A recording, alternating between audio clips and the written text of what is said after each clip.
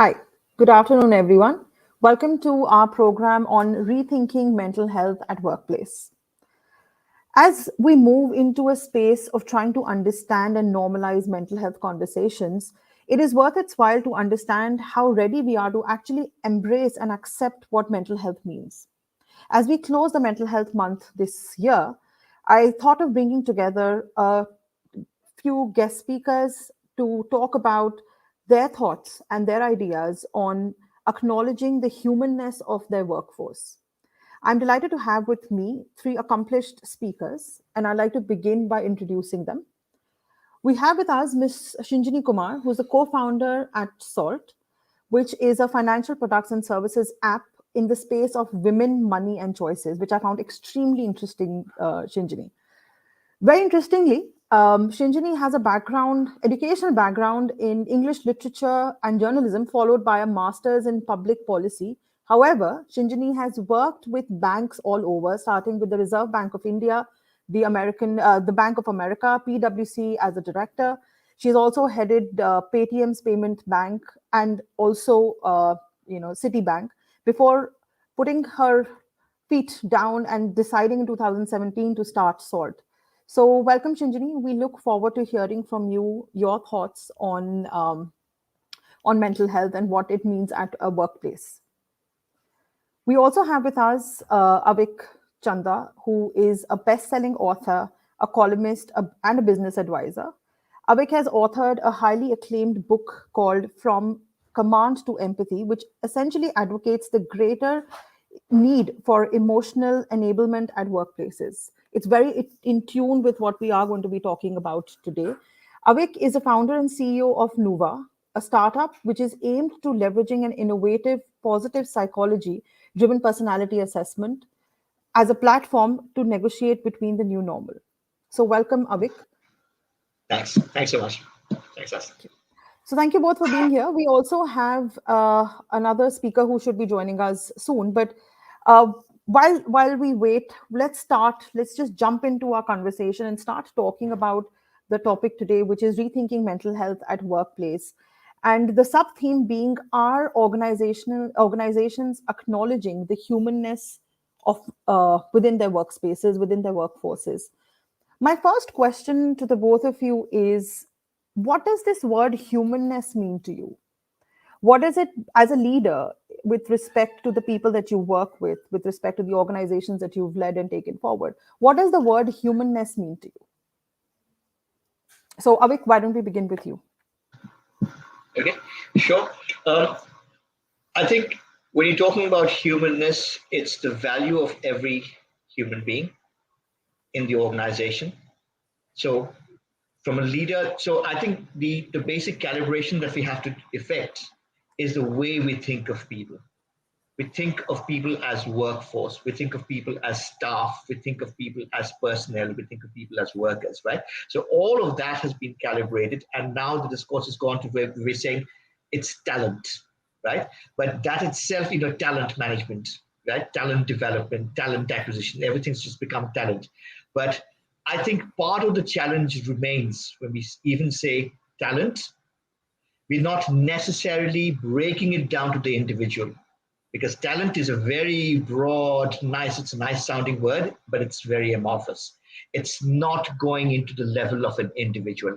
How do I recognize the value of an individual employee's contribution in my workplace, in my office, without looking at that person as a cog in the wheel, without looking as a person as that extension of the laptop or the machine that she or he is working on? I think that entire thing begins from there. I mean, we can talk about it later if we get into more details. But prima facie, it's understanding the uniqueness of every human being, every individual in the organization, understanding what that person really brings to the table, what's that person's intrinsic capability, competency, potential, evaluating that, and then playing to those strengths, ideally. Yeah. Great. So what I think my takeaway from what you just said is the way we look at people.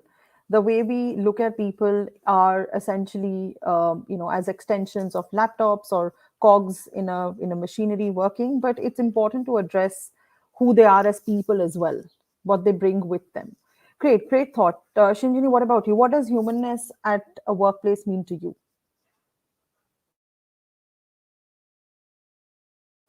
You're on mute, Shinjini. I said thank you for having me over. I was struggling a bit with my network, so I missed what Mr. Avik said. So I'll just go, and if I'm repeating, then please correct me. Essentially, one of the things, because I have worked in very different types of organizations, from large bureaucracies to startups to consulting firms and every other sort of place. One thing I do agree with this idea that people are not expected to bring themselves to work. They're expected to bring a persona to work, which sort of is like expected. So one interesting thing I have noticed in all my career is when I'm interviewing people, especially young people who are kind of new to workplace, sometimes you get a sense that they are not being themselves. And then I keep asking, and at some stage I ask them, when they finally break out and they say, yeah, I'm a dancer, or something very interesting about them, because I always ask everybody that question. They tell me, when we walk out of this room, what is that one thing I'm going to remember about you? Because obviously you meet a lot of people, you're not going to remember everything about everyone. So especially not professional qualifications and stuff.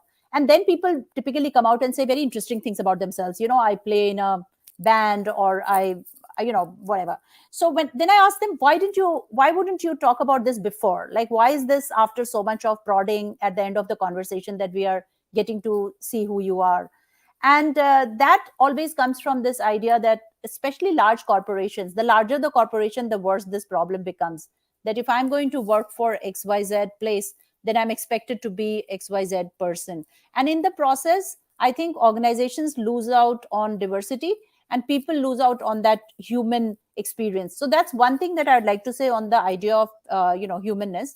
The second thing, which I've always told all my teams, is that no matter what problem you're solving, it may sound like a technology problem, it may sound like a operations problem, it may sound like a finance problem, but at the back of that problem there is always a human being. So if you are an airline ticketing company, at the back of this is a traveler who's trying to go to attend a wedding or a funeral.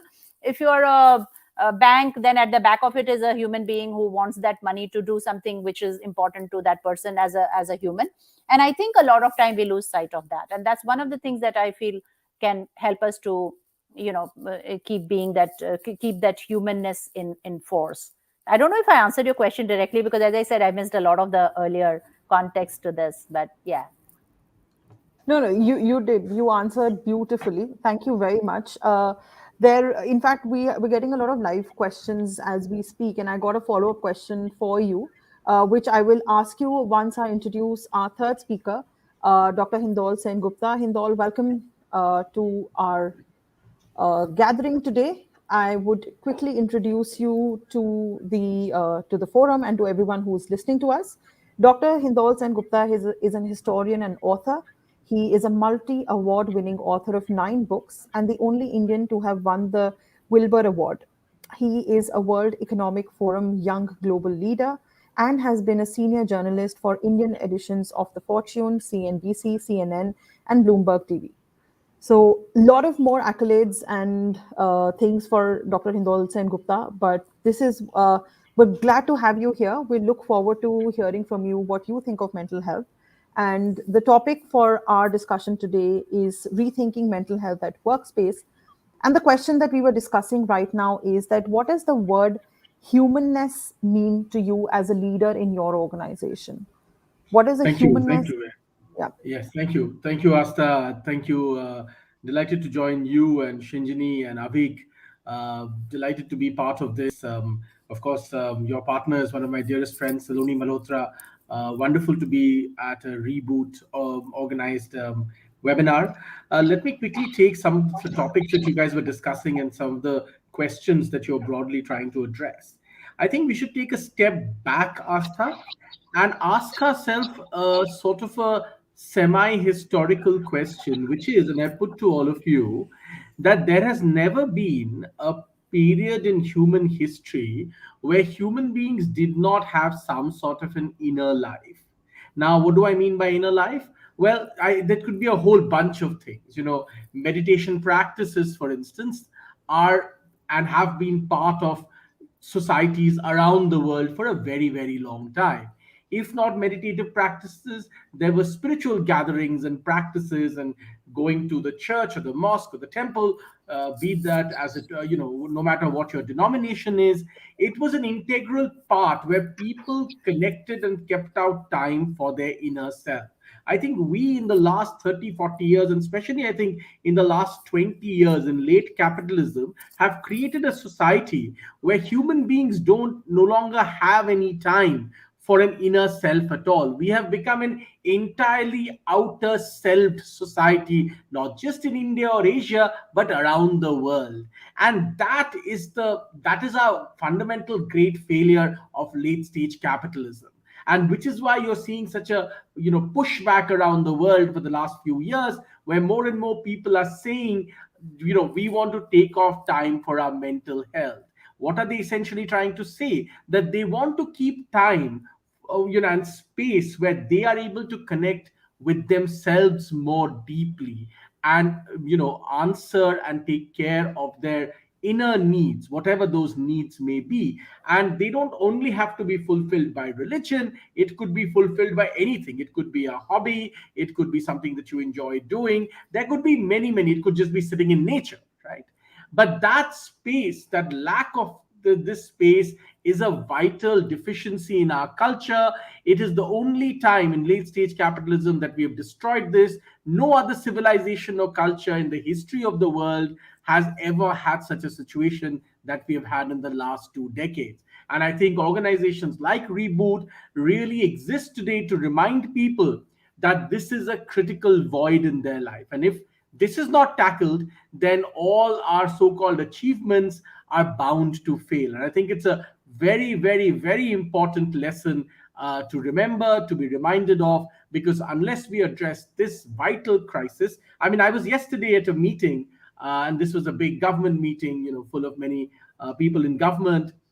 And at the end of it, one of the senior people said, well, we can't have a meeting anymore next week because I am off the entire week. And later he was telling me that, I feel like I'm on the verge of a mental health crisis because I'm never able to disconnect from, quote unquote, my work. And that's a tragedy. We have this centralization of, quote unquote, work as the primary driving ingredient of our life, is an, if I may say so, an American late stage capitalism disease that the world has adopted. We were never like this. So, this is a problem around the world now, and we need to work to address it. And I think that's the great value of organizations like Reboot. You are reminding us every day how vital this crisis is and why we should tackle it.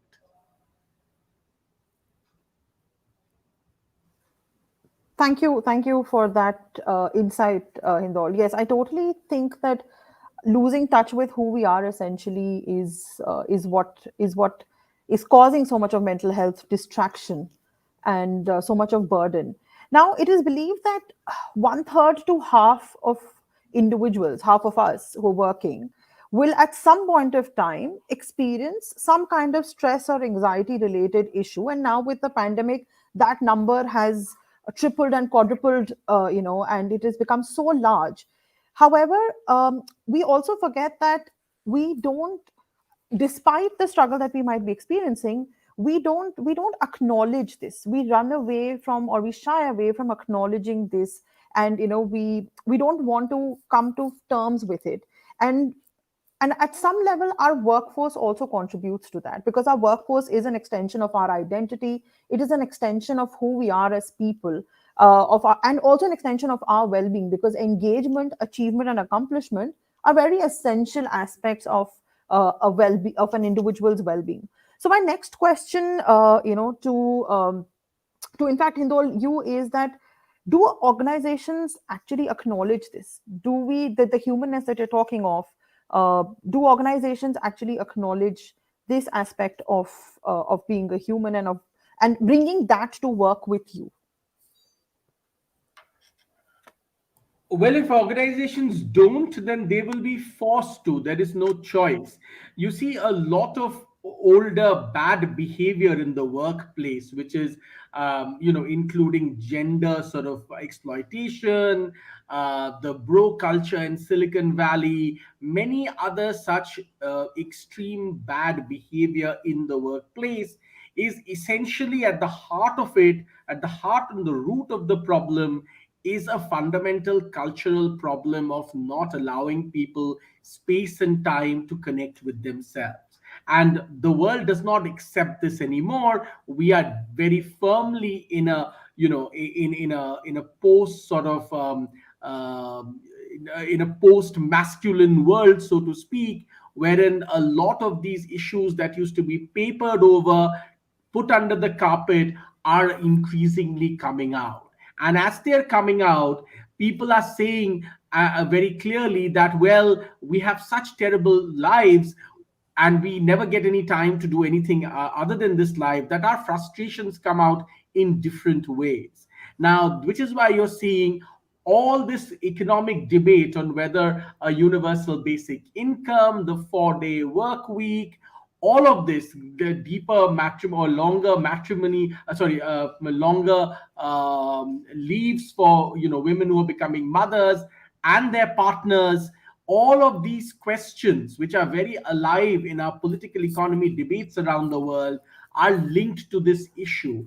At the moment in America, there is a massive fight within the Democratic Party where they are probably going to push through more than $1 trillion Build Back Better plan, which astonishingly, and this actually people around the world cannot believe, in America they do not want to give paid leave to people who are having children. That is incredible.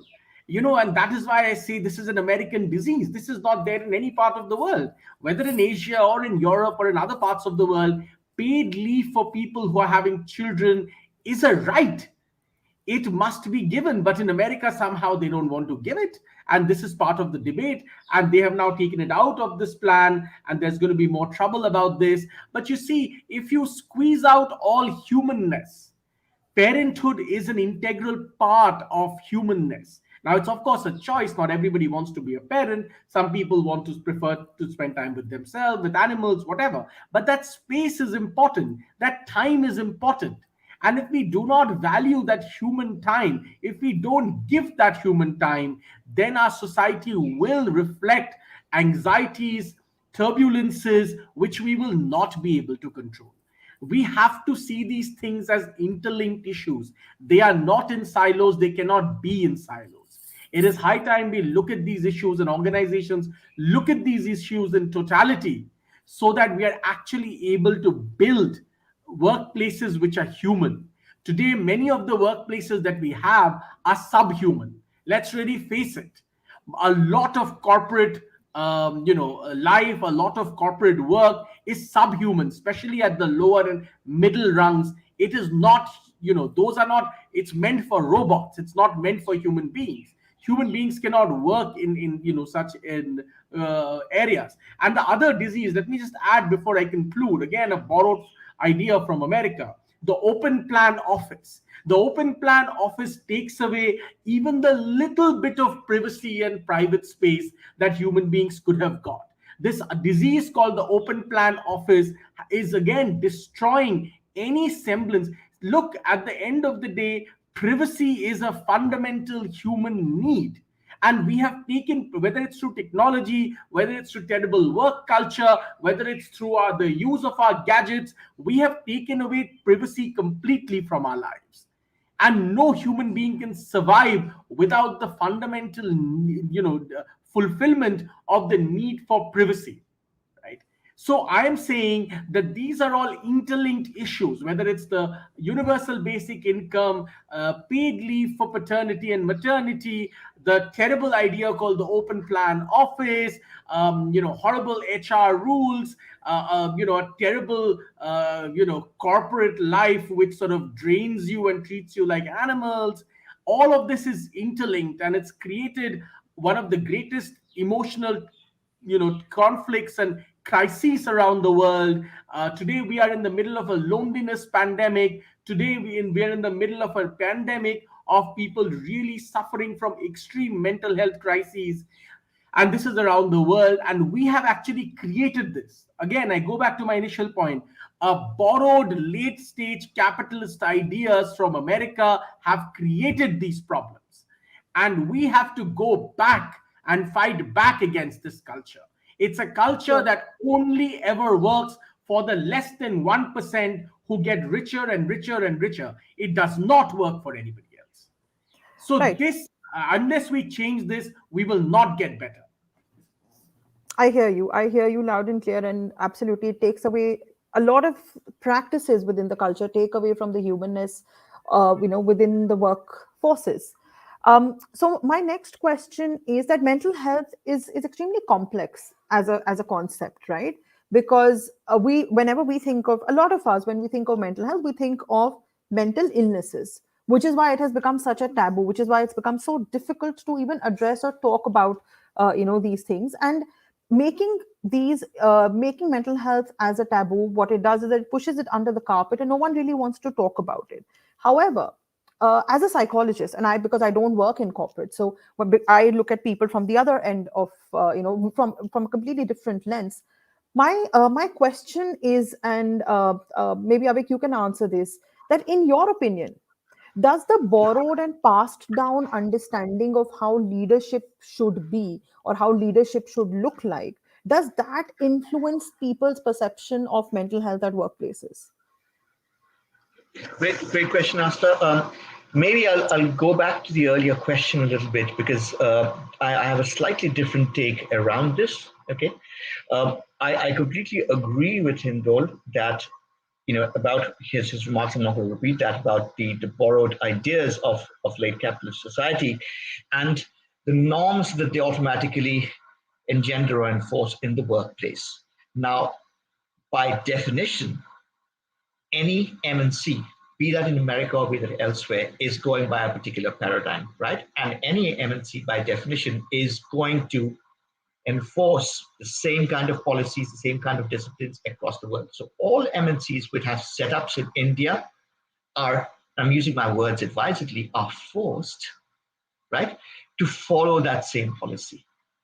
In the name of homogeneity, in the name of seamlessness, exactly the same kind of policy is being enforced in India, it's being enforced in China, in Malaysia, everywhere else.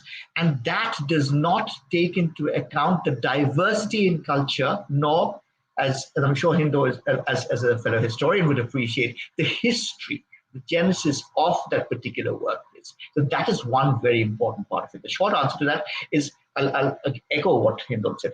Right now, less than 1% of organizations are cognizant, and even a smaller fraction of that is actually doing something about it, right?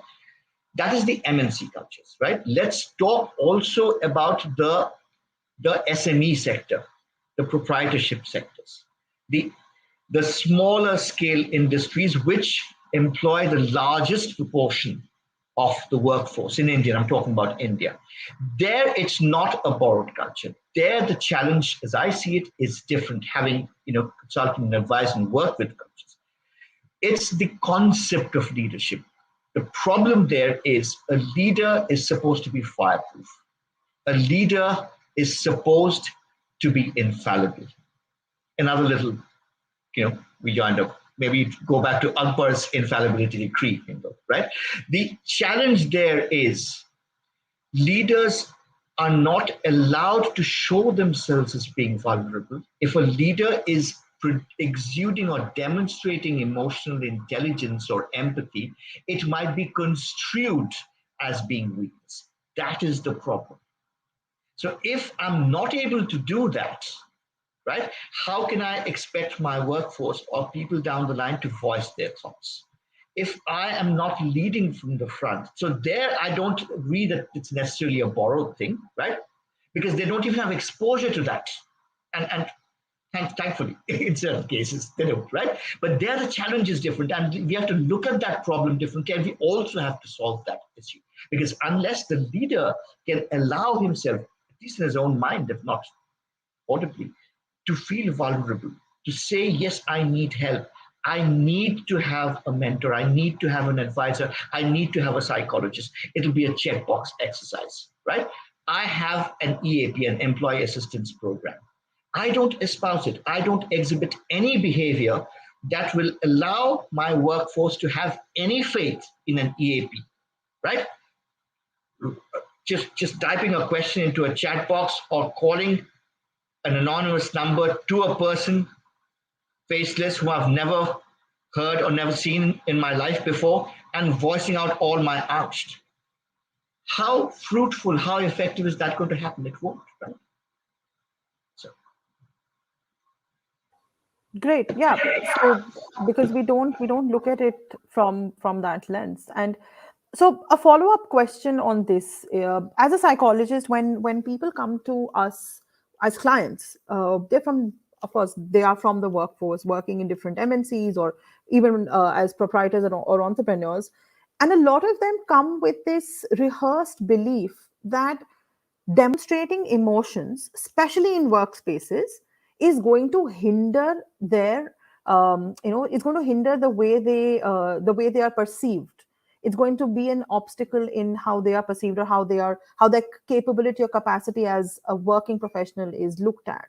And that leads to eventual burnout, because there is no output. There's an internalization of emotions and thoughts and feelings.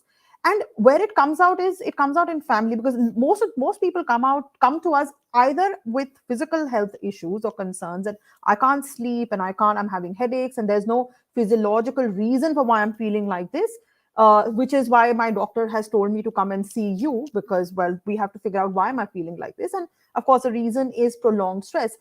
And also we need to understand that our mind is very, very resistant. It's beautiful because it gives us a long period of time to deal with our stressors and to deal and manage with our lives and bring about that work life balance, which we don't recognize. Now my next question is to Shinjini. How do you, as a leader, uh, because you've led lot of different organizations, how do you as a leader view burnout? Does it mean insufficiency? And is it a promoted notion, is it against the promoted notion of resilience? Because that's another big concept that organizations often speak of, that, well, you have to be resilient. So does that go against those notions? Shinjini, you're on mute. I'm going to pick up a little bit from the previous conversation and then come to your question, because I think while it is true that notions of leadership are largely of non-vulnerability traditionally, that's also a very male-centric discourse. And one of the things that I've seen in my experience and also exchanged notes with other women leaders on this is when you actually begin to break that stereotype, and rather than fitting into that notion of leadership where you are not vulnerable, where you are not that person who shouts at people and puts their feet with their shoes up on the table and talks to people disrespectfully, you actually do come across as authentic, respectful, vulnerable. You may be losing some constituency of some people that think, oh, you are too kind or you are not effective enough.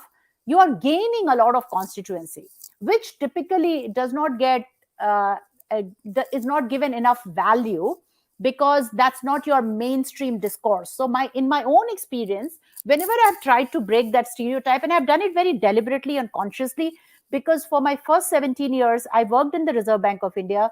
And when you are a young bureaucrat, you are 22, you are handling large amounts of a large responsibility.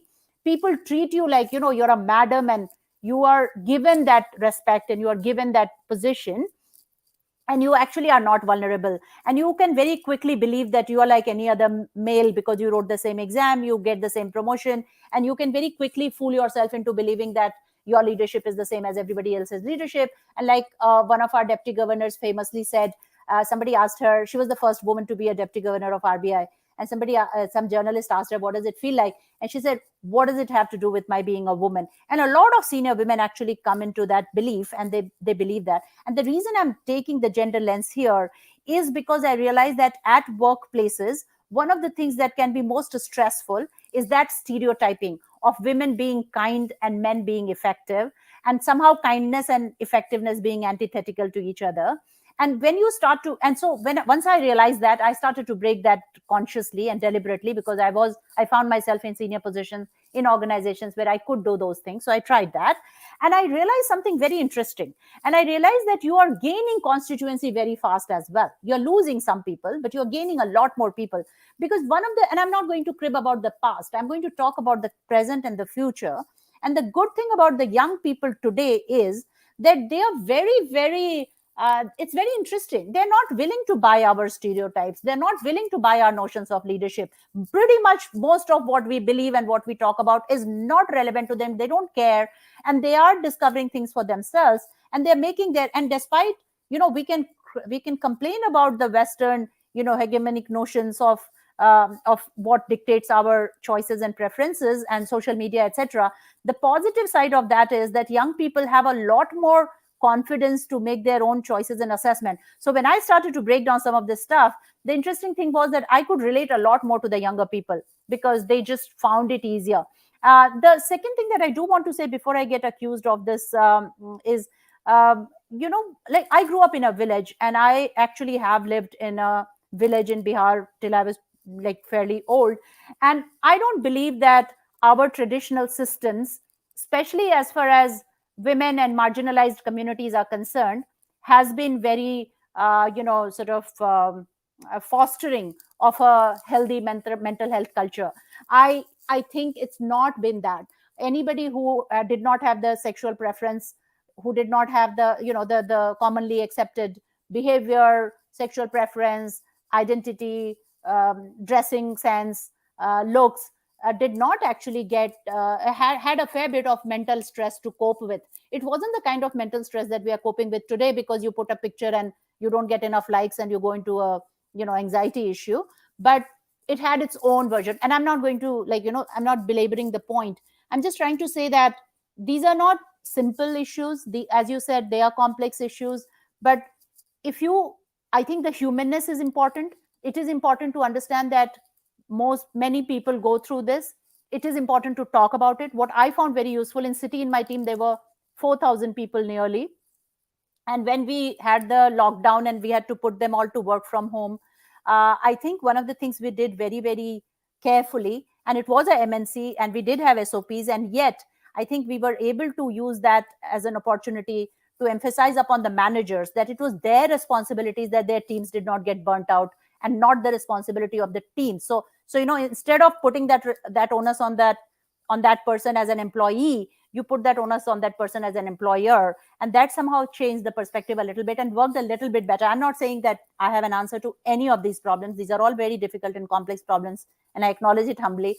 All I'm trying to say is that it is possible for you to start with yourself and try and chip at it, if you just acknowledge it and move ahead. Brilliant. That shift in responsibility and making it, a need, a requirement. I think that must have, changed a lot of. And like I said, it's the perception, right? It's how we perceive these things. So I extend the same question to Avik and Hindol. That how do you view burnout as in employees? Is it insufficiency? Is it again, does it go against resilience? What is your take on this? Avik, do you want to take that first? Sure. I think when we're talking about, maybe I premise this in a few comments around resilience per se, resilience in the workplace. Because, all right, so the first question is there burnout? Is there a lot of stress that's happening at the moment? And the clear answer to that is yes. And the reason why that's happening is over and above, it's not that we are only now in October 2021 living in a VUCA world. The VUCA term itself has been coined and been around for several years, right?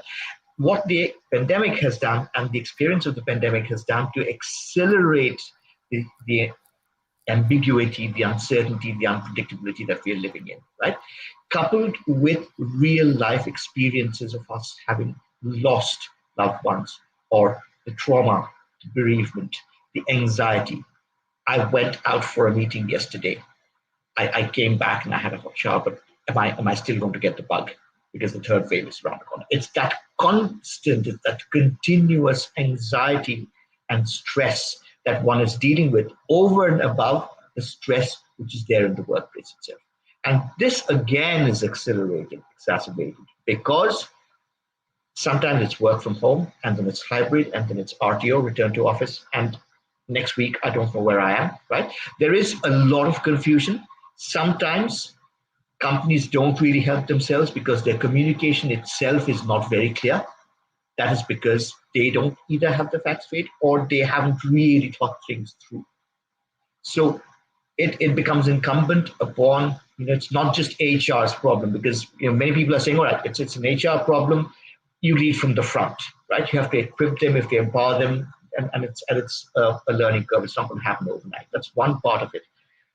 The larger problem, I think, is that people who are non-specialists, and Astha, I'm hoping you'll agree with me, conflate stress management with resilience. I'm absorbing stress, and if I get through it, I'm resilient.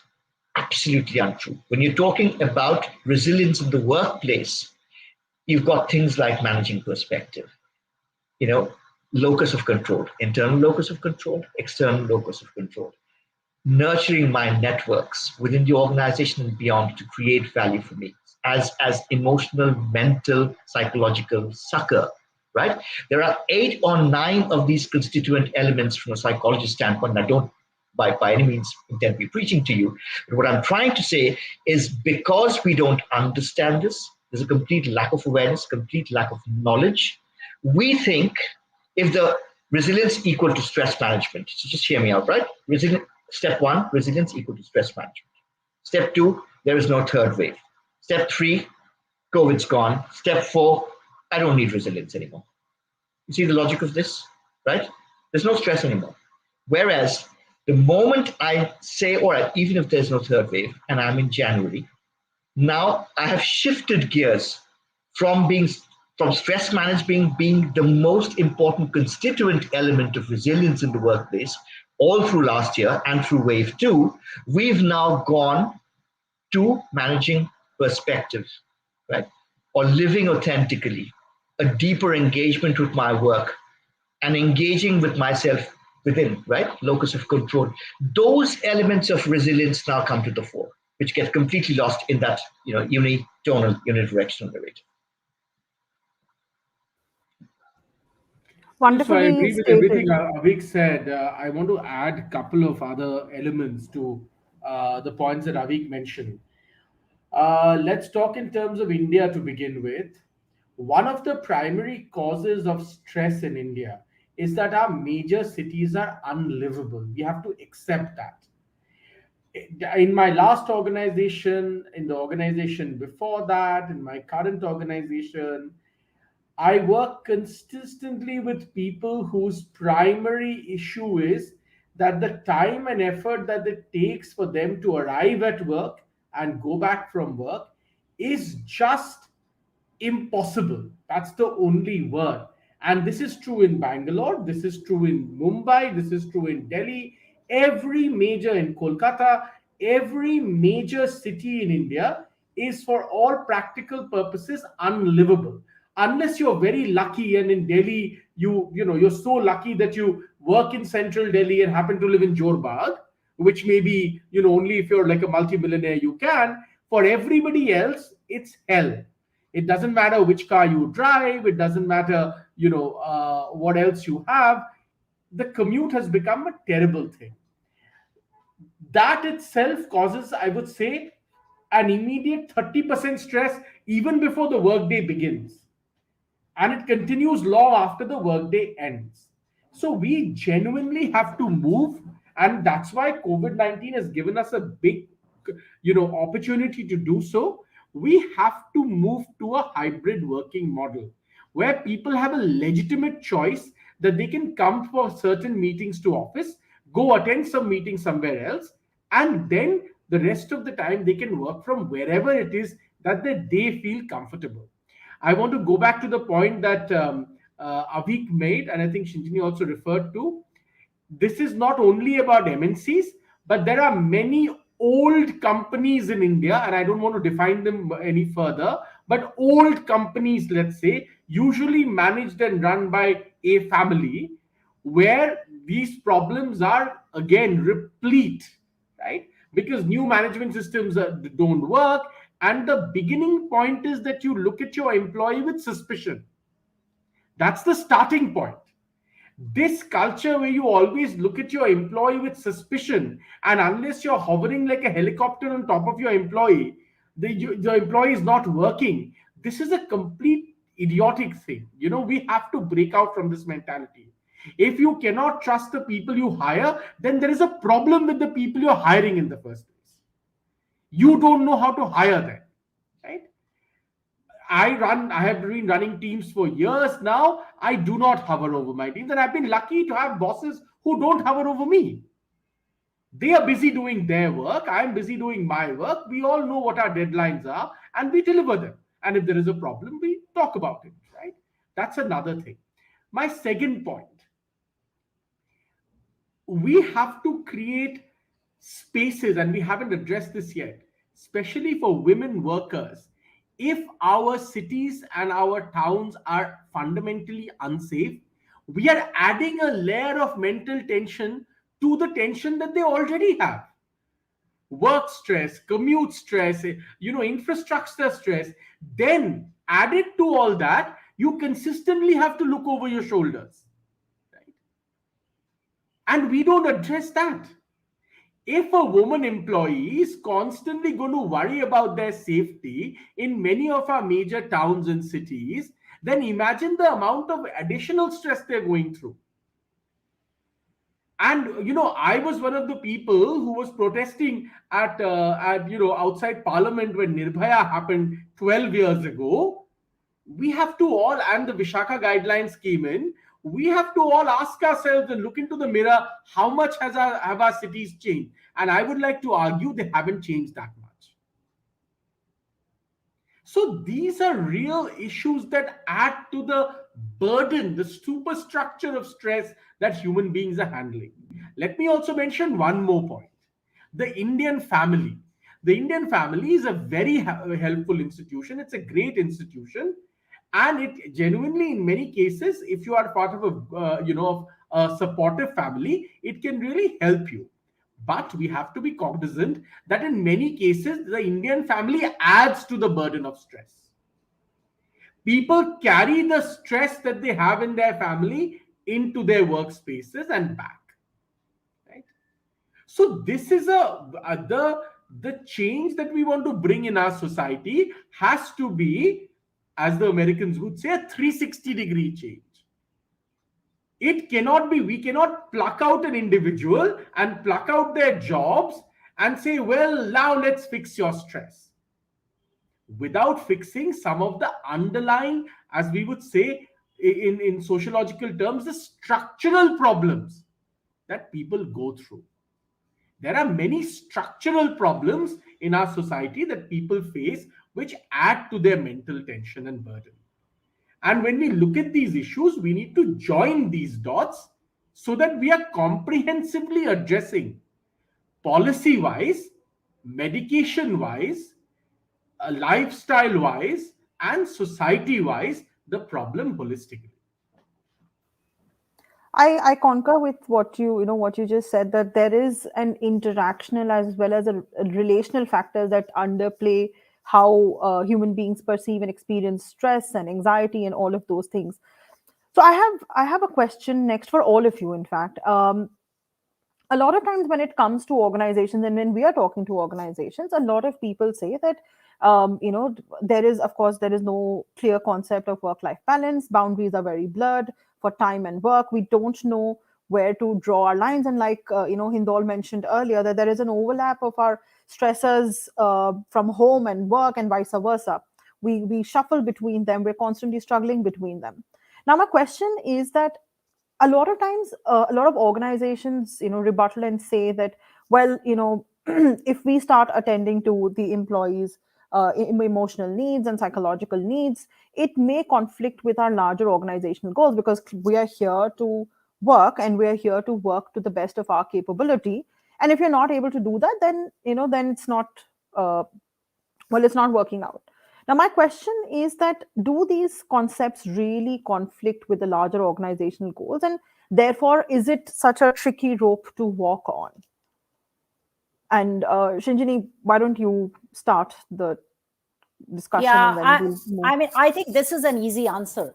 And the answer is no, it does not conflict because it's as simple as that. You have happy cows, you have good milk, you have happy employees, you have good workplaces, you have good workplaces, you have good productivity. There is zero reason to believe the contrary unless your ego comes in your way. So I do know founders, and this is not a malady which is like both Avik and Hindol have been saying, this is not a malady that is particular to a certain type of institution. This malady runs across the board where somebody just, and this comes from being mistrustful. I think I'm sure I have very erudite panel in front of me, so I don't want to be quoting names, but trust is definitely one of the most key ingredients of how, relationships and businesses and everything gets formed, right? And in our society, I think we do need to work on trust a lot more. The number of young parents I know who install cameras in their homes to because their child is there with the nanny, and everybody has a justification for it. Because the camera is available now, you can't obviously trust your nanny, and therefore you must monitor the nanny for every second. And to me, sometimes that's a very disturbing trend, because you can't be that person who has a surveillance camera in your home and at work suddenly be a very trusting person with all your other employees. Okay. So, and I know like a lot of young people have tried to tell me how, the camera gives them peace of mind. And I always tell them, look, if something happens to that child, no, that forensic inquiry that your camera will help you is going to be very little consolation. The more important thing is, how do you know who is that right person to take care of your baby, and build that trust with that person so that that person actually cares for your baby, and that is more investment, but actually much more productive. And it's the same analogy, and I'm sorry, I'm taking a very personalized analogy to a workplace, but effectively I have seen this. Trusting your teams comes with from almost the same locus as trusting your parenting is, right? A lot of parents find it very hard to let go of kids even after they are grown up, etc., etc., and including me. I'm not saying I haven't struggled with these things. And same way in the workplace, you struggle with it. You kind of want to know, but it's not actually, given technology, actually given how we currently operate, it is really not that hard for us to enable everybody to be productive from wherever they are. And anybody who has tried that with sincerity has found it success, has been successful in it. The good thing, like Hindol was saying, is what COVID did was that it forced people to try it who would have otherwise never tried it. I mean, I know so many people who there was not a chance that they would have ever allowed anybody to work from home, but including Government of India, including Reserve Bank of India, including everybody had to try a little bit of this working from home. And one of the funniest things I realized is that people who were fastest to come back to work were actually the government bureaucracy, because if you take out the workplace and the bureaucracy from that workplace, there is really no work left. And I'm sorry to say this, but I realized that the better the work definition, whereas like my company Salt that I'm building right now, it's basically my Salt that we call it.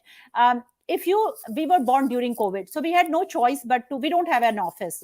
We just have a registered address. Everybody works from wherever they are. Our team is split across Singapore, Bangalore, Mumbai, Gurgaon. I work from Mukteshwar most of the time. And we have been able to make beautiful product. We're not dependent on that idea of shoving everybody into a room and shouting at people to make it happen. So I think the only reason people don't succeed in this is because they don't try. I think I'm going to just add here something very profound that you said, Shinjini, that is secure leadership. When we do, in therapy, we often look at people from a very holistic perspective as well. And one of the things that we look at them from is a parenting perspective. And we have seen that children of parents who have demonstrated and who've demonstrated secure parenting are far more resilient, are far more conscious and empathetic and compassionate and etc etc etc in their adult life. So I think that what the correlation that you made, and that is a great it's a great point for contemporary research, that secure leadership is also is equivalent to secure parenting, and it can translate into impact in a very profound way. So thank you for saying that. That's a great thought. No, that's Avik, absolutely correct. Hindol. If I could just jump in here, I mean, I know this from personal experience, right? I mean, parenting is one part of it. And of course, I was blessed to have a secure home. But even in the workplace, today when I manage teams, I think, and I know, forget think, I know that my managerial skills, if they are stable today, it is only because I am only passing the favor forward. In fact, I even called my team one day, current team, and told them that if you guys think that I am not a helicopter boss, it is because I'm passing the favor forward. I was blessed to have some really good bosses who did not treat me with, who were not hovering over me constantly, who trusted me to do a good job.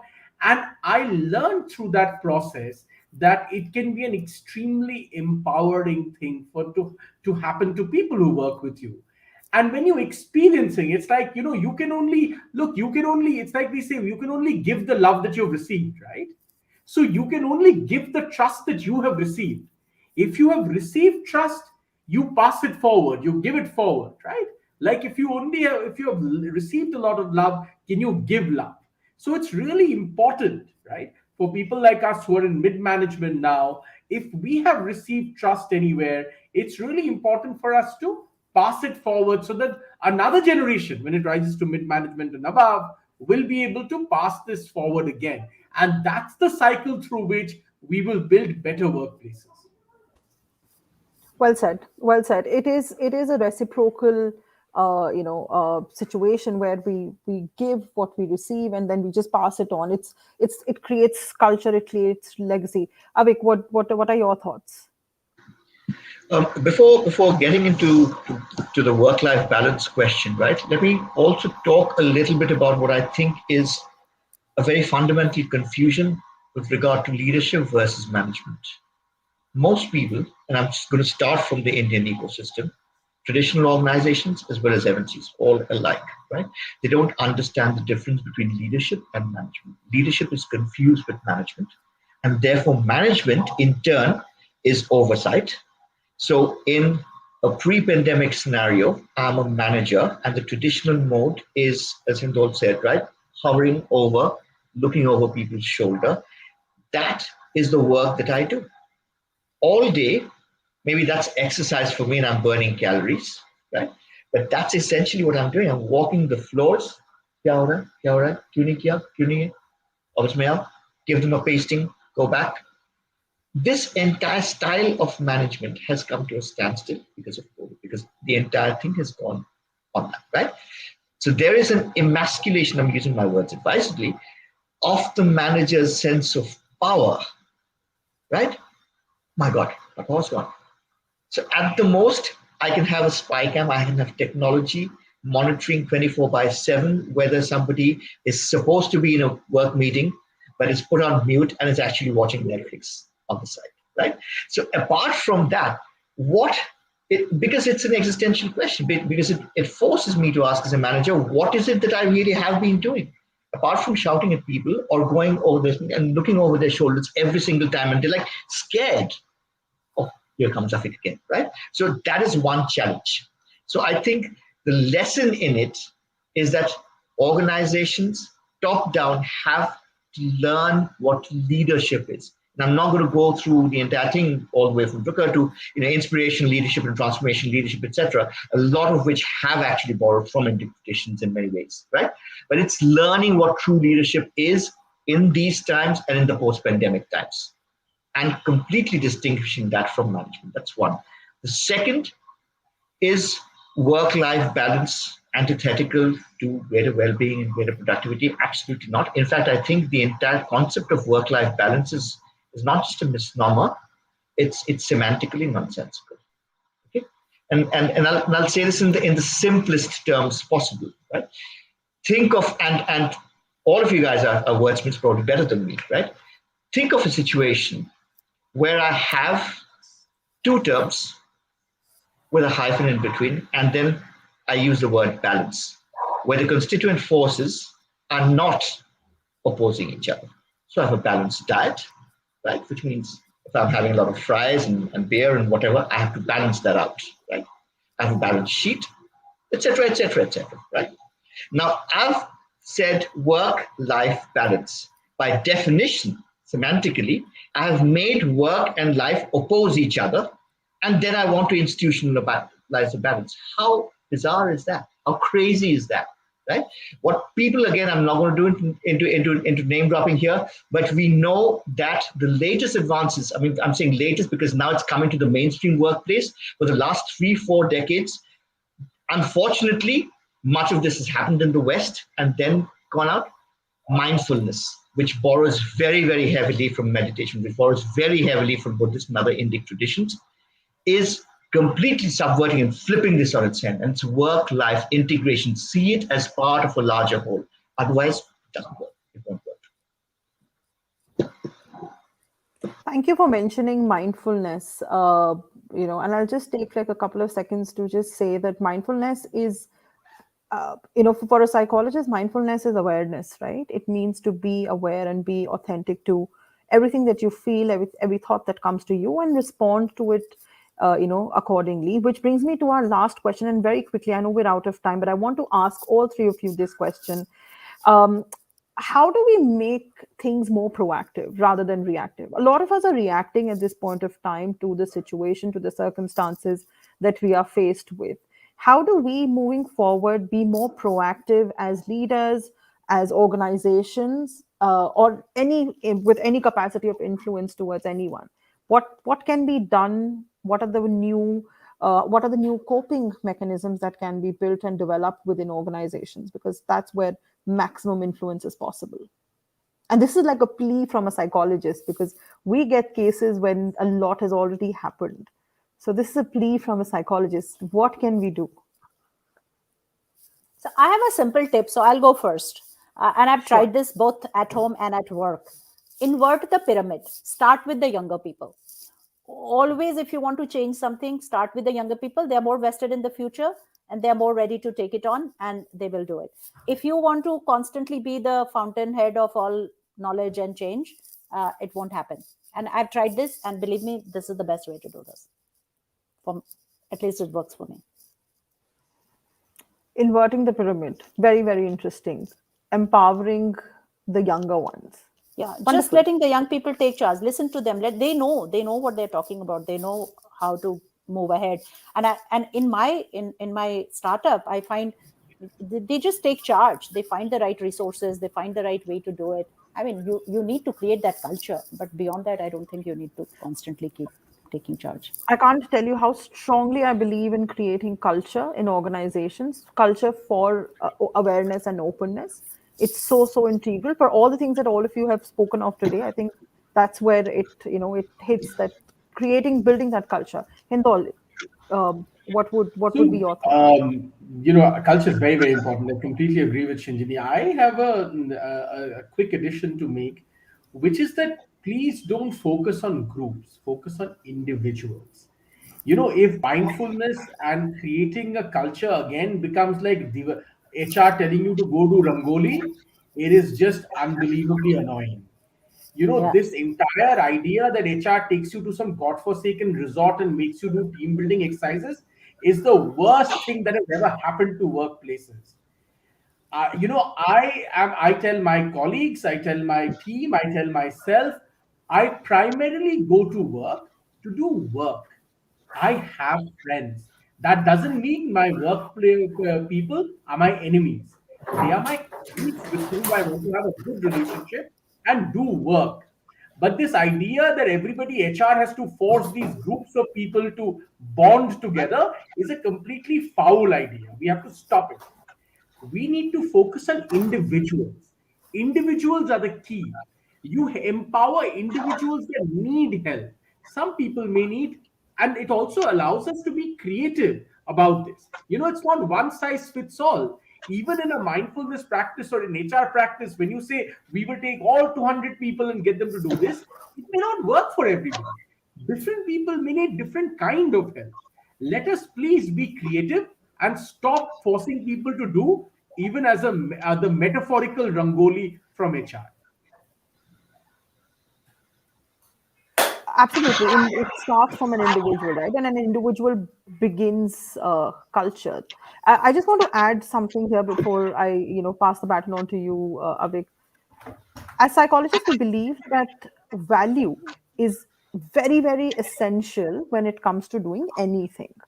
And if my values align with, if individual values align with organizational values, the conflict and the chances of burnout and all of this get reduced. So I think just sort of elaborating a little bit on what Hindol said about focusing on individuals rather than groups, empowering them would also come with recognizing and aligning values of individuals with the with the organizational values. Over to you, Avik. Yeah. So it's really interesting what both Shinjini and Hindol said, because it brings me right back to where we started, in a way, full circle. You started by asking, right, what do you mean by humanness? And my clear answer to that was it's uniqueness, it's the individual, and it's appreciate and recognizing every single person's individualness and diversity. So it goes back to that. And that is how workplace culture has to be reimagined, right? And I'll end with a very quick thing when we're talking about HR. The problem with HR, right, is that there is this huge hangover, there's this huge baggage of policies and manuals and SOPs, and we can't get over that. Because if I get over that, what do? I'm not equipped to do anything else. I've never seen my seniors do anything else. I don't know what else to do, right? Now, this is what we need to do. I'll just give one simple example, taking a cue from what you said, right? Let's say the organization, the CXOs genuinely believe we need to have deeper and more meaningful employee engagement. Let us also say that they recognize genuinely that yes, meditation is a tool, or mindfulness is a tool of having deeper experiences for individuals and within teams.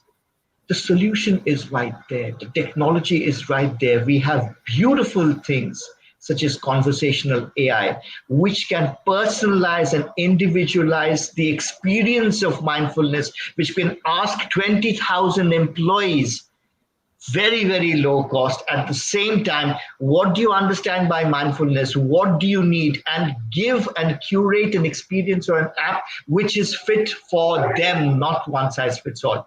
That is what HR needs to be focusing on. Anything to do with compliance and statutory limitations, yes. Everything else, in with the new. Very, very crisply put, Avik. So I think that brings us to the end of our discussion today. And I can't thank you three enough for sharing your thoughts and bringing forward such great perspective, because it helps us to understand our role as mental health professionals as well, when we hear from you as to what is possible and what can be done. And I would like to end by saying that you don't make people more unwell by talking about mental health. In fact, you empower them to take decisions and make choices that are helpful. So I wish all of us have more and more such conversations. I wish all of us can reach out to more people. The three of you are doing a wonderful job of expanding the sense of empathy and extending the culture of compassion and understanding within your organizations. And as a mental health professional, I thank you for doing that. And it was absolutely wonderful to have the three of you here with us today. And I look forward to multiple such conversations with all of you. Thank you very much. Thank you so much. Thank you, Astha. Thank you very much. Thanks a lot. Thank you, Astha. Thank you, Hindol, Avik. Thank you, guys. Lovely. Thanks, guys. Thank you. Bye. Take care.